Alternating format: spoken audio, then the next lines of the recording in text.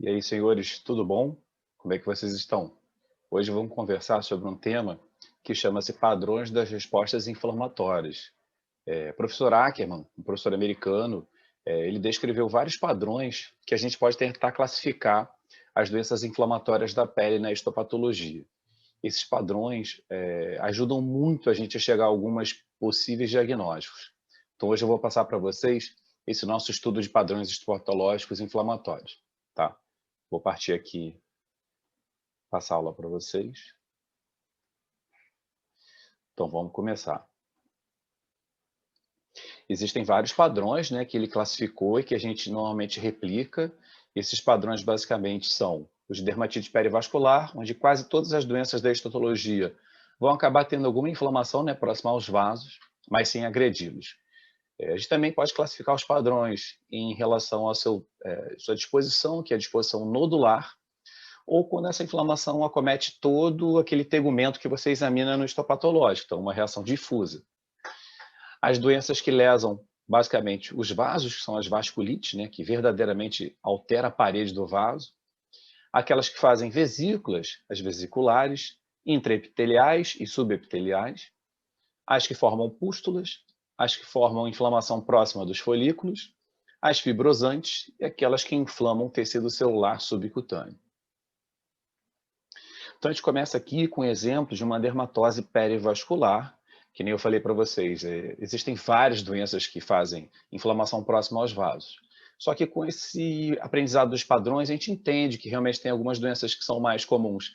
Inflamar a parte de cima, né, só a derme superior, outras que fazem derme apenas inferior, e outras que fazem superior e inferior.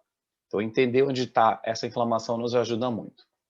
Lembrando que esse padrão perivascular ele normalmente está sobreposto a outros. Então, porventura, o padrão de interface, o padrão espongiótico, psoriasiforme, liquenoide. Então, esses padrões inflamatórios também são vistos associados ao padrão perivascular. Então, aqui no exemplo da fotomicrografia pelo HE, espongiose, acantose, uma crosta. Então, poderia, por exemplo, a gente pensar num eczema na sua fase subaguda e as suas variantes. Então, aqui nesse caso, a gente também tem um padrão inflamatório no qual existe uma inflamação que obscurece a junção entre a epiderme e a derme. Normalmente, esse padrão é classificado como padrão liquenoide. O infiltrado liquenoide, na maioria das vezes, é composto por linfócitos. Lembrando que em outros momentos podem haver outras células também em padrão liquenoide. Plasmócitos podem fazer na sífilis, balanite plasmocitária de Zoom, linfócitos atípicos, no caso da micose fungoide, em alguns momentos também com estiócitos, no caso de uma estiocitose de Langerhans. E aqui o exemplo que a gente coloca à direita é uma dermatose liquenoide com células azuladas e pequenas, então infiltrado inflamatório linfocítico, liquenoide, o protótipo disso é o líquen plano. Aqui o detalhe, como eu bem falei, edema entre as células da epiderme, formando o padrão espongiótico, e no caso associado a uma inflamação perivascular superficial. Então aqui você vai pensar em todo o grupo de eczema fotoalérgico, fototóxico, dermatite atópica, dermatite seborreica, também tem seu quadro espongiótico. Raramente dermatites psoriasiformes também podem apresentar espongiose. Então psoríase, pitiríase rosa, eritema figurado, também podem apresentar um pouco de espongiose. O detalhe de uma dermatite chamada balonizante, na qual o edema é dentro do citoplasma celular. Então, dermatoses balonizantes nos fazem pensar, em geral, em dois diagnósticos principais, que são as bolhas virais pelo herpes, então faz balonização do queratinócito, depois multinucleação, a necrose, e aí faz uma degeneração reticulada. Outras doenças balonizantes, a gente pode considerar as buloses e o eritema multiforme. Elas podem inchar, né, o queratinócito e ele se destruir. Então, reconhecer o padrão te facilita a já pensar em algumas possibilidades mais tranquilas para aquele caso, para aquele diagnóstico. A dermatite de interface é um padrão também que lesa a epiderme, mas não necessariamente tem infiltrado inflamatório característico e linfocitário liquenoide, e sim com a degeneração vacuolar da camada basal. Então, essa é a dermatite de interface. Quando eu vejo dermatite de interface, eu espero realmente que possa haver necrose de queratinócitos, possa haver derrame de pigmento, possa sim haver, às vezes, um infiltrado inflamatório liquenoide. E a gente começa a pensar em algum grupo de doenças, então dermatose de interface, ou dermatite de interface, a gente vai pensar no eritema multiforme, farmacodermias, o lúpus eritematoso, o líquen plano faz interface, dermatomiosite faz interface, eritema fixo. Existem várias doenças que podem lesar a interface entre a epiderme e a derme. Aqui a gente parte com um padrão de acantose e uma acantose que lembra a psoríase, por isso é um padrão inflamatório de doenças psoriasiformes. Obviamente, uma psoriasiforme regular com diminuição da granulosa, neutrófilos na camada córnea, pústula de cogós, microabscesso de Munro, a gente acaba completando o diagnóstico clássico de psoríase vulgar. Só que existem outras dermatoses psoriasiformes. Então, a ptiríase rosa pode ser psoriasiforme, dermatite seborreica, eczemas mais crônicos, como eczema no molar, raramente a sífilis também, na sua forma secundária, pode ter um padrão psoriasiforme. Então, ao perceber esse tipo de acantose, a gente não pode só pensar em psoríase. No entanto, a psoríase é o mais lembrado num padrão de crescimento da epiderme, na qual ela termina com cones arredondados, que a gente chama de cones claviformes, tá? Então, padrão psoriasiforme de inflamação, a gente consegue também observar que existe uma inflamação perivascular associada. Então, é uma das inflamações que talvez menos digam grandes informações para a gente nesse momento de dar o laudo. Já as dermatites nodulares, elas também não são tão frequentes e a gente começa a pensar em alguns quadros, né? Então, primeiro vocês tentam ver a forma, que é a forma de nódulo. Aí depois que a gente vai aproximar para tentar entender que células formam esses nódulos. Então, dermatites nodulares clássicas de exemplo, eu botei aqui a sarcoidose. Outras doenças podem fazer isso, como os outros granulomas, a hanseníase em padrão tuberculoide pode fazer assim. Em caso de linfócitos em excesso, a gente pode pensar nos linfomas e pseudolinfomas, como dermatites nodulares. Então, ficar atento. Primeiro, vejam o desenho da reação inflamatória para depois acessar o tipo histológico, o tipo citológico, perdão. Uma dermatose difusa é aquela que realmente, difusamente, mostra uma inflamação. Essa inflamação pode ser mista e pode ser mononucleonal. Então, quando a gente vê um caso desse de leishmaniose, na qual o paciente não tem defesa do organismo, ele produz uma inflamação difusa, então, da derme superior à derme inferior, pegando neste exame histopatológico da esquerda para a direita. Então, totalmente acometido. Em outras doenças também você pode ver inflamações difusas. Então, a hanseníase, do padrão vichoviano. Você pode também pensar em outras doenças, até as doenças neoplásicas, como o linfoma de células B, ele pode acometer integralmente. Outras doenças, por exemplo, granuloma facial pode fazer inflamação difusa. Eritema elevado de Utino pode fazer inflamação difusa. Então, são dicas, né? Quando a gente vê inflamação difusa, no que a gente vai pensar. As vasculites, já estamos dizendo, são doenças que lesam a integridade da parede do vaso. Isso também depende, doutores, do momento que você faz a biópsia. É o ideal que a gente biopsie uma lesão de vasculite, né? Em geral, até 72 horas da lesão. Quando as lesões são mais velhas que isso, a gente tem o risco de não pegar a necrose fibrinoide clássica da parede dos vasos. Então, você não tem o diagnóstico tão exato, tão acurado, né? Então, agressão das paredes, ali no caso da esquerda, a gente vê agressão de paredes de pequenos calibres, e aqui de grande calibre, que em geral a gente vai encontrar apenas no tecido de derme reticular para tecido subcutâneo. Então, aqui um exemplo clássico de uma vasculite leucocitoclástica, no qual a gente vê a necrose fibrinoide da parede dos vasos, aqui tudo fibrinoide, reação neutrofílica, hemácias extravasadas, e esses pontos menores são a leucocitoclasia. Então, padrão de vasculite nesse esquema, pensar em púrpura de Renox online e outras doenças. Aqui, acho que o padrão também é muito típico, né? Que ele fala padrão de vesícula, com a primeira, eu acho que o primeiro item que a gente tem que pensar, definir que é uma vesícula e definir a altura da vesícula. Aí aqui à esquerda a gente vê uma vesícula intraepitelial. Aí nós vamos pensar num grupo de doenças.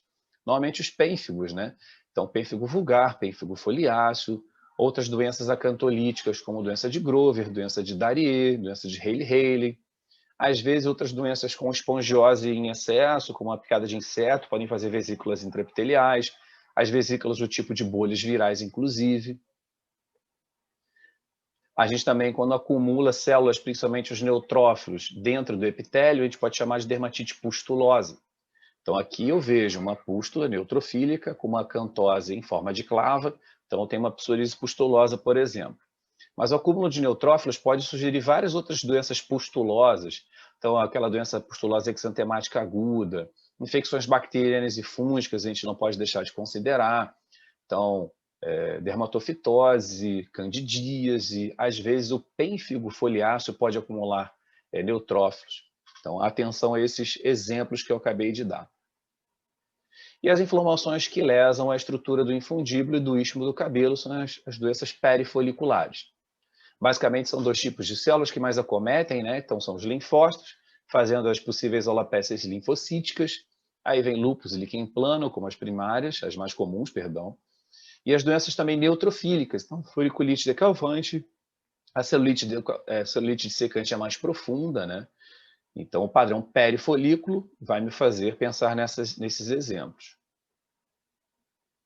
Esse aqui já é um padrão que, em geral, é uma doença mais antiga ou doenças escleróticas, né? Que é o padrão fibrosante. Então, ao perceber a estrutura do colágeno espessada, né, com menos celularidade, a gente vai considerar na esclerodermia. A fibrosante superior seria o líquen escleroso, queloide, doenças do colágeno, como colagenoma e outras alterações que façam o espessamento deste. Então, padrão fibrosante, que a gente vê aqui do lado, como se fosse uma cicatriz hipertrófica. E já o padrão das paniculites é aquele que mostra a inflamação no panículo adiposo. Para fim de classificação, a gente acaba usando assim, né, uma classificação que vê inflamação eminentemente no septo e eminentemente no lóbulo. Tá? No dia a dia, quando nós lemos as biópsias, não é tão preciso assim. É mais uma classificação do livro. Então, a gente pode considerar que aqui à esquerda é aquela inflamação que atinge mais os septos de tecido conjuntivo, então, paniculite septal. E aqui uma inflamação que, apesar de passar pelo septo, chega claramente aos lóbulos, são as paniculites lobulares. A clássica paniculite septal é eritema nodoso, e existem inúmeros paniculites lobulares. A gente pode pensar no lúpus, paniculite pancreática, até exemplo de cisto folicular roto pode trazer uma inflamação, né, do panículo adiposo. Aqui a gente relembra, né, que quando a gente vê essa história de padrão de resposta inflamatória, eu preciso relembrar quais são as células que inflamam. Então, as células menores são os linfócitos, aqui os plasmócitos, com o núcleo para um lado, citoplasma para o outro, então plasmócitos, mastócitos, que a gente já viu na outra aula, né, de pele normal, então o núcleo central, citoplasma levemente granuloso, um tom róseo, que aqui pode ser mais detalhado na coloração de Giemsa. Neutrófilos, em geral, núcleo trilobulado, citoplasma rosa pálido. E eosinófilos, citoplasma bem vermelho, eosinofílico, com o núcleo, em geral, bilobulado. Então, a gente primeiro vê o padrão de resposta para depois entrar realmente na citologia, definir qual é a célula que mais predomina naquela lesão inflamada. E os istiócitos também. Núcleos reniformes, às vezes com os nucleolos, citoplasma rosa pálido, quando se juntam formam os granulomas, podem ser granuloma com necrobiose, pode ser granuloma com mucina, granuloma tuberculoide, supurativo, né? Que já não é tanto tema da nossa aula. Então, quando a gente olha essas imagens, a gente tenta fazer o treino. O que lesou na epiderme, o que lesou na derme. Qual é a posição do meu infiltrado inflamatório? Então, no caso aqui, a gente tem infiltrado inflamatório perivascular superficial e médio. Várias doenças podem fazer isso. Então, vamos ver qual é o exemplo que foi colocado aqui. Pode ser uma erupção lumínica, o lúpus eritematoso pode fazer isso, infiltrado linfocítico de Gessner, perivascular superficial e profundo. Aqui, de novo, a gente tem um exemplo que parece que a epiderme está preservada e tem uma reação perivascular. E nesse caso, além de ter uma reação perivascular que eminentemente é composta por linfócitos, a gente também vê extravasamento de hemácias. Então, esse padrão de linfócitos perivasculares na derme superior com hemácias, eu penso no grupo das dermatoses purpúricas pigmentares. Então, púrpura de Chamber é aquela mais comum, né, que dá nas pernas, em geral bilateralmente. Então, aqui o exemplo de uma púrpura de Chamber. A gente volta aqui para ver que não existe necrose fibrinoide na parede do vaso. Então, apesar de alguns autores até tentarem chamar isso de uma vasculite linfocítica, eu prefiro não conversar assim. Eu acho que não é uma vasculite linfocítica, porque a gente não vê agressão precisa à parede do vaso. Aqui a gente já tem o caso de uma dermatite nodular. Então eu percebo que existem caroços, né, nódulos superficial e profundo, e esse nódulo é eminentemente composto por estiócitos com alguma permeação de linfócitos. Então, dermatites nodulares com esse aspecto de granuloma, tem que pensar em hanseníase, padrão tuberculose, pensar em sarcoidose também. Nem sempre você vê o granuloma nu clássico da sarcoidose com ausência de linfócitos. Algumas vezes eles aparecem. Nesse caso, era realmente uma sarcoidose.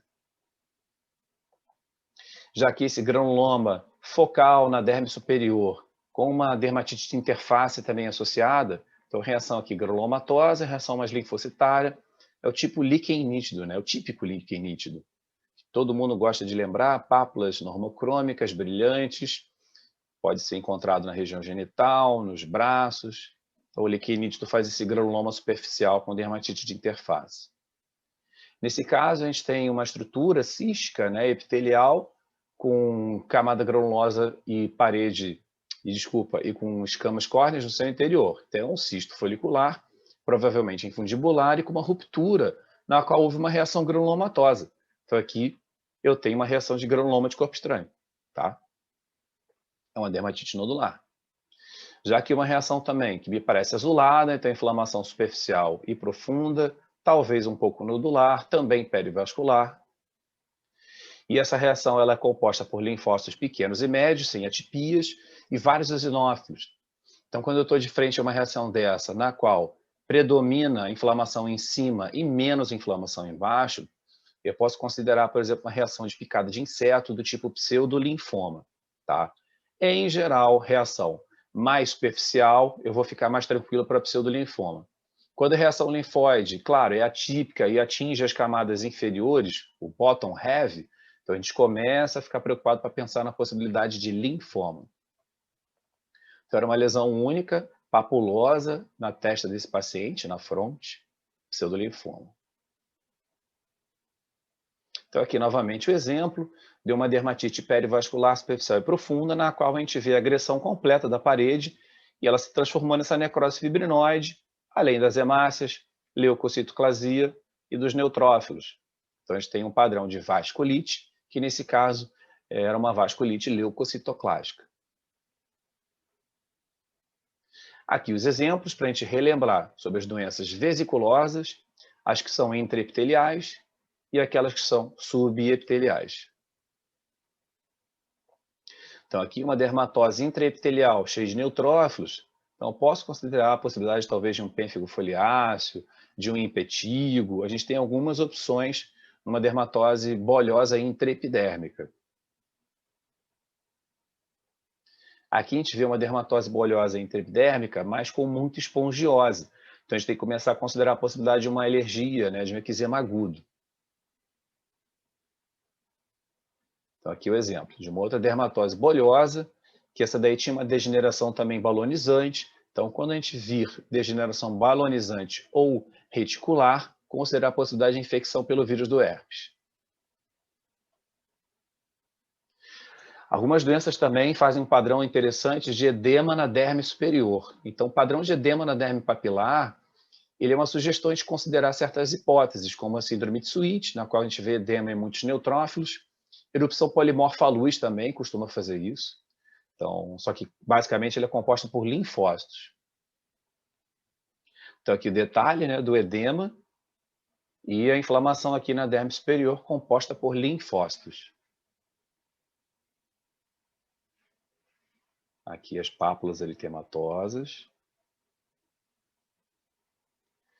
Esse aqui, aquele famoso microabscesso de neutrófilos na papila dérmica.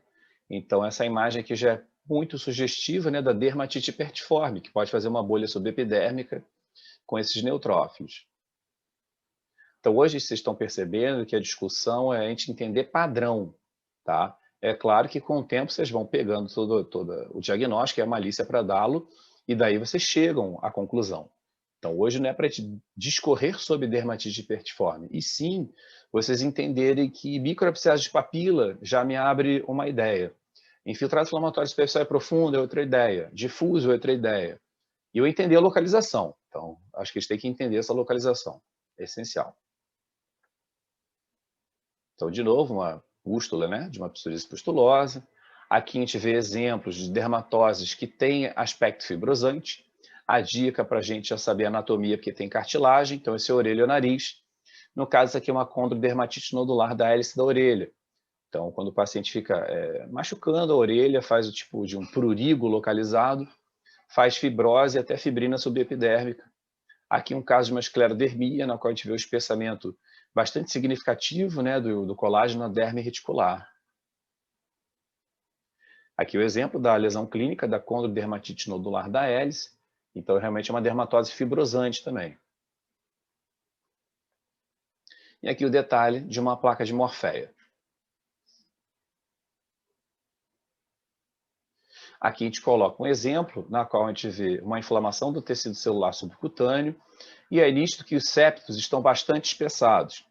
A gente também vê um pouquinho de inflamação aqui no lóbulo, mas quem predomina é o septo. Então, estou diante de uma paniculite septal.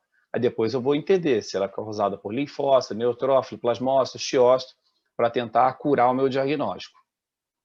E nesse caso é o eritema nodoso clássico. Já nesse outro, a gente vê uma paniculite lobular com focos de calcificação.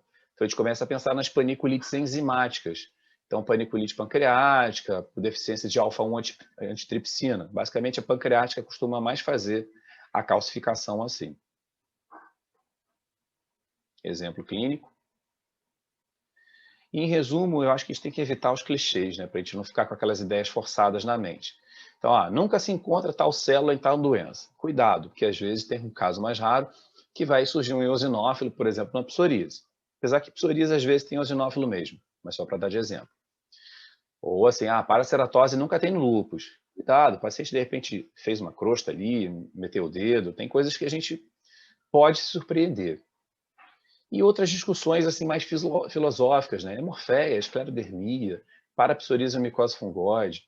Então, são doenças que às vezes a gente tem muita dificuldade de entender a etiopatogenia, a gente não sabe se são a mesma entidade ou não. Então, é bom vocês entenderem que existe isso.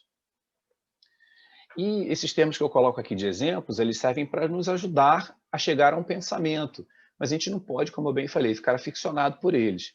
Então, nem sempre o muro desmoronando é a doença de Hailey-Hailey, né? Então, a cantólise em vários níveis da epiderme, às vezes se encontra em outras doenças. Copos redondos e grãos também é uma disqueratose que você vê muito comumente em Darier, mas pode aparecer em outras localizações, como disqueratoma verrucoso. A papila festonada clássica que a gente costuma ver na porfiria cutânea tardia, às vezes. Eu já vi casos que a epidermólise bolhosa apresentava também. Figuras em chama, né, que é aquela degranulação dos eosinófilos, típica de síndrome de Wells, pode ser vista em outros casos. Citoplasma vidro fosco, também característico, né, do ceratocantoma. Padrão de dente de serra, que a gente adora chamar para o líquen plano. Muitas vezes o líquen plano não apresenta tanto esse padrão. Aí você acha que o diagnóstico não é de líquen plano. No entanto, ele tem todas as outras características. Então, cuidado com esses clichês, tá? Então, passamos aí rapidamente. Espero que vocês tenham gostado. Um abraço e obrigado.